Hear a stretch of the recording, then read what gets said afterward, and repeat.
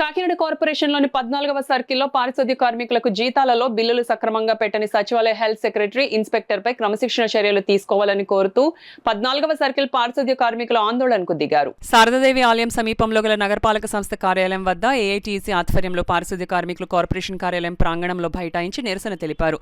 AITUC జిల్లా ప్రధాన కార్యదర్శి తోకుల ప్రసాద్ నేతృత్వంలో పారిశుద్ధ్య కార్మికులు కార్పొరేషన్ అదనపు కమిషనర్ కేటీ సుధాకర్ను కలిసి వినతిపత్రం అందజేశారు.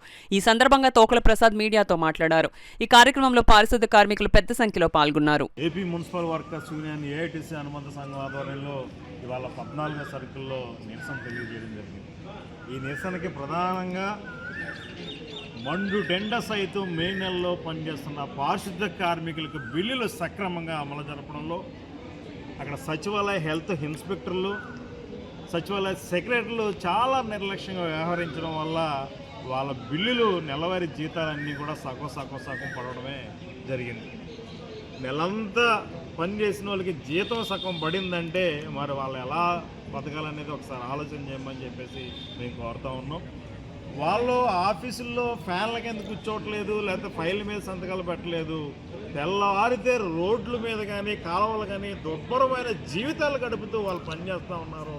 అలాంటి వాటిలో వాళ్ళ పట్ల అంటే పారిశుద్ధ్య కార్మికుల పట్ల చాలా నిర్లక్ష్యంగా వ్యవహరిస్తూ ఉన్నారు ఈ హెల్త్ సెక్రటరీ. 47వ హెల్త్ సెక్రటరీలు అలాగే ఇన్స్పెక్టరు చాలా నిర్లక్ష్యంగా వ్యవహరిస్తున్నారు.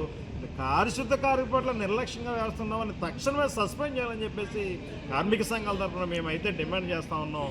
ఒకవేళ బకాయి జీతాలు సక్రమంగా పడకపోతే ఆ జీతాల కోసం మళ్ళీ అప్లై చేస్తే అది ఎప్పుడు వస్తాయో తెలీదు.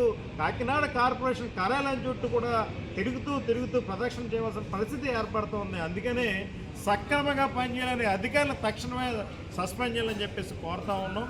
వీళ్ళది ఏదైతే ఉందో అధికారులు దీని మీద వెంటనే స్పందించి బకాయి జీతాల బిల్లులు తక్షణమే మంజూరు చేయాలని చెప్పేసి కార్మిక సంఘాలుగా మేము డిమాండ్ చేస్తాం.